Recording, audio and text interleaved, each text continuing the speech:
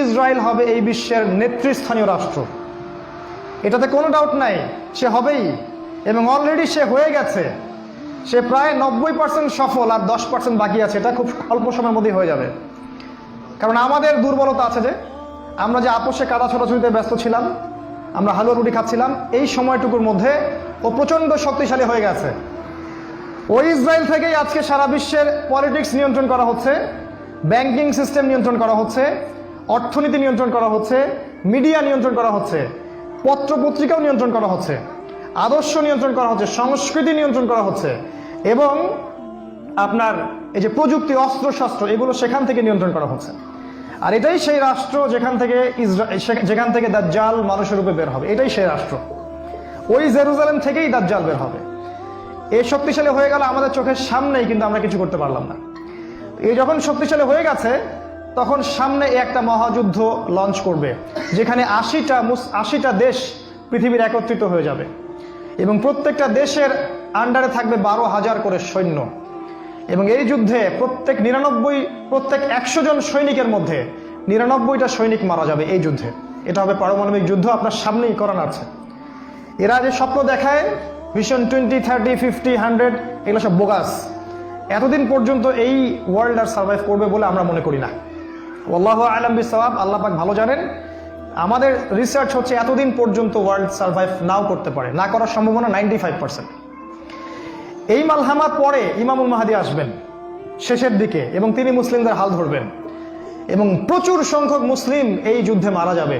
প্রচুর সংখ্যক, প্রচুর, তাদের সংখ্যা অগণিত। কিছু মুসলিম যুদ্ধের মাঠ থেকে পালিয়ে যাবে, যাদেরকে আল্লাহ পাক মাফ করবেন না, আর অল্প কিছু মুসলিম বাকি থাকবেন, যাদের হাতে আল্লাহ রাব্বুল আলামিন এই যুদ্ধের শেষের দিকে গিয়ে বিজয় দান করবেন ইনশাআল্লাহ। এবং আমাদের খোরাসান থেকেও একটা বাহিনী যাবে, যারা জেরুজালেম পর্যন্ত পৌঁছে যাবে, ইমামুল মাহদীর সাথে যোগ দিবে। পৃথিবীর কোনো শক্তি, নবীজি বলেছেন, পৃথিবীর কোনো শক্তি তাদের পথে বাধা হয়ে দাঁড়াতে পারবে না।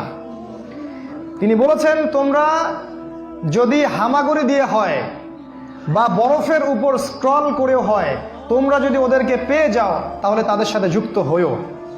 এটা নসিহত নবী সাল্লাল্লাহু আলাইহি ওয়াসাল্লামের। এটা আসবে সামনের এই সময়টা। এই মালহামার পরে যখন মুসলিমরা আবারও বিজয়ের আসনে আসবে, তখন মুসলিমরা জয় করবে কনস্ট্যান্টিনোপল বা তুরস্কের ইস্তাম্বুল। এটা এখন নেটোর হাতে চলে গেছে, এটা আবারও মুসলিমদের হাতে চলে আসবে। তারপর ঘোষণা করা হবে যে মাসিহুদ দাজ্জাল মানুষের রূপে বের হয়েছে। কোথায়? ওই জেরুজালেমে। তখন মুসলিমরা সেখানে ছুটবে। দাজ্জালের বাহিনীর সাথে মুসলিমদের ব্যাপক ফাইট হবে, কিন্তু মুসলিমরা তাদের সাথে পেরে উঠবে না। কেন পেরে উঠবে না? কারণ আল্লাহ পাক দাজ্জালকে এজন্য এভাবেই সৃষ্টি করেছেন। সে একটা পরীক্ষা, একটা ফিতনা। তার হাতে আল্লাহ পাক প্রচুর ক্ষমতা দিবেন। সে বৃষ্টি বর্ষণ করতে পারবে, সে প্রযুক্তি নিয়ন্ত্রণ করবে, সে আকাশ নিয়ন্ত্রণ করবে, সে প্রত্যেকটা শহরে প্রবেশ করবে, প্রতিটা শহরে। সে খুব দ্রুত ফ্লাই করতে পারবে। তার হাতে খাবারের মজুদ থাকবে, মানুষকে দুর্ভিক্ষের মধ্যে সে ফেলে দিবে। যারা তার আনুগত্য করবে সে তাদেরকে খাবার দিবে, মানে ইকোনমিক প্রোগ্রেস দিবে। যারা ওকে অনুসরণ করবে সে তাদেরকে সোনা রূপা দিয়ে দিবে। যারা ওকে অস্বীকার করবে সে তাদেরকে দুর্ভিক্ষ দিবে, মেরে ফেলবে। এক কথায় যারা দাজ্জালকে অনুসরণ করবে তাদের প্রত্যেককে দাজ্জাল প্রোগ্রেস দিবে, উন্নতি অগ্রগতি দিবে, তাদের জিডিপি বাড়তে থাকবে এক কথায়। আর যারাই মাসিহুদ দাজ্জালের বিরোধিতা করবে তাকে সে একদম ধ্বংস করে ফেলবে, একদম ধ্বংস। অর্থনৈতিক দিক থেকে, শারীরিক দিক থেকে রাষ্ট্রগুলো আক্রমণ করবে, সে পুরো ম্যাসাকার করে ফেলবে। তার হাতে আল্লাহ পাক এরকম ক্ষমতা দিবেন। এই জন্য মুসলিমরা তাদের সাথে পেরে উঠবে না। তাহলে কি হবে? আল্লাহ রাব্বুল আলামিন তখন মুসলিমদের দোয়া কবুল করবেন এবং ঈসা আলাইহিস সালামকে আকাশ থেকে পাঠাবেন এই পৃথিবীতে আবারও ইনশাআল্লাহ। এবং ঈসা আলাইহিস সালাম সিরিয়ার দামেস্কে সাদা মিনারের উপরে নামবেন এবং ইমামুল মাহদীও সেখানে থাকবেন। সেখানে ফজরের নামাজ পড়া হবে, ইমামুল মাহদী ইমামতি করবেন, আর এই ঈসা আলাইহিস সালাম পিছনে মুক্তাদি হয়ে থাকবেন। এটা আমাদের জন্য গর্বের বিষয়। এরপরে ঈসা আলাইহিস সালাম বলবেন যে অবরোধ তুলে দেওয়া হবে, মসজিদের দরজা খুলে দেওয়া হবে এবং ঈসা আলাইহিস সালামকে দেখা মাত্রই মাসিহুদ দাজ্জাল পালাতে শুরু করবে এবং দাজ্জালের বাহিনী অর্থাৎ ইহুদি খ্রিস্টান সভ্যতার সাথে মুসলিমদের যুদ্ধ হবে।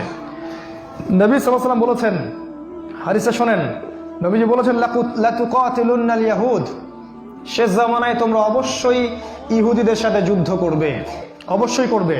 এমনকি কোনো ইহুদি যদি পাথরের পিছনে লুকায় তখন সেই পাথর কথা বলবে, ইয়া মুসলিম ইন্না ওয়ারা আল ইয়াহুদ তাআলাউ ফাকতুলহু, হে মুসলিম আমার পিছনে একজন ইহুদি আছে, আসো তাকে হত্যা করে যাও।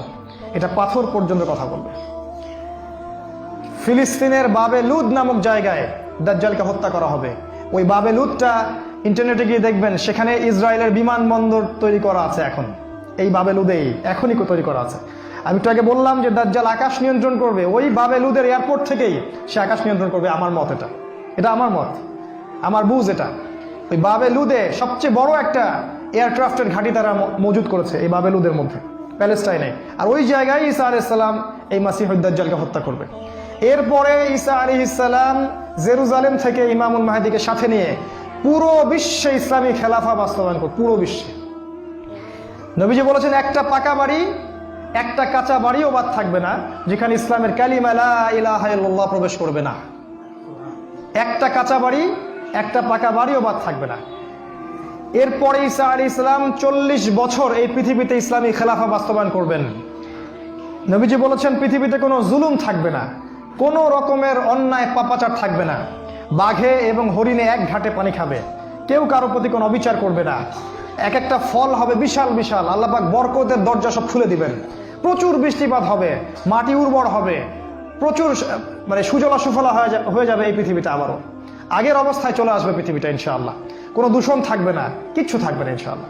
এই 40 বছর তিনি রাজত্ব করবেন, তারপর তিনি মারা যাবেন এবং তাকে দাফন করা হবে রাসূল সাল্লাল্লাহু আলাইহি ওয়াসাল্লামের কবরের পাশে। আর ইমামুল মাহদী আরো আগেই মারা যাবেন, তিনি 7 বা 9 বছর রাজত্ব করবেন, এই মুসলিম উম্মাহকে নেতৃত্ব দিবেন। এই অবস্থাটা সামনে আসতে যাচ্ছে। এই কথাগুলো আপনাকে কোনো সেকুলার মিডিয়া বলবে না, কোনো কাফের মিডিয়া বলবে না, কোনো পত্রপত্রিকায় পাবেন না। ইভেন এখন ওয়াজ মাহফিলেও এগুলো বলা বন্ধ হয়ে গেছে। এই কথাটা আমি কেন বললাম, শুধু এত যে বড় একটা কথা আমি বললাম, এত ডিটেলস বললাম, এটার কারণ একটাই, যাতে আপনি হীনমন্যতায় না ভোগেন। কারণ সামনের যে বিজয়ের সময়টা, সেটা আমাদের বিজয়ের সময়। কোনো সন্দেহ নাই যে এই সময়টা অবশ্যই আসবে, কারণ প্রিয় নবী মুহাম্মদ সাল্লাল্লাহু আলাইহি ওয়াসাল্লাম তার পবিত্র জাবান এটা বলে গেছে। আমাদের নবী সাল্লাল্লাহু আলাইহি ওয়াসাল্লাম তার অলৌকিক পবিত্র জাবান এটা বলে গেছেন, কোন শক্তি নাই পৃথিবীর এই কথাকে উল্টে দিতে পারে ইনশাআল্লাহ তাআলা। অতএব এখন যে দেখছেন এই যে সেকুলারদের দাপট, এই যে কাফেরদের দাপট, নাস্তিকদের দাপট, মুরতাদদের দাপট, একদম সব ওদের হাতে। অর্থনীতি, রাজনীতি, এভরি সিঙ্গেল সেক্টর ওরা কন্ট্রোল করছে। এর কিচ্ছু অবশিষ্ট থাকবে না ইনশাআল্লাহ তাআলা। ওরা যতই চেষ্টা করে নিক না কেন, তারা ইসলামের এই অপ্রতিরোধ্য গতিটা ঠেকাতে পারবে না ইনশাআল্লাহু আযজা ওয়া জাল্লা।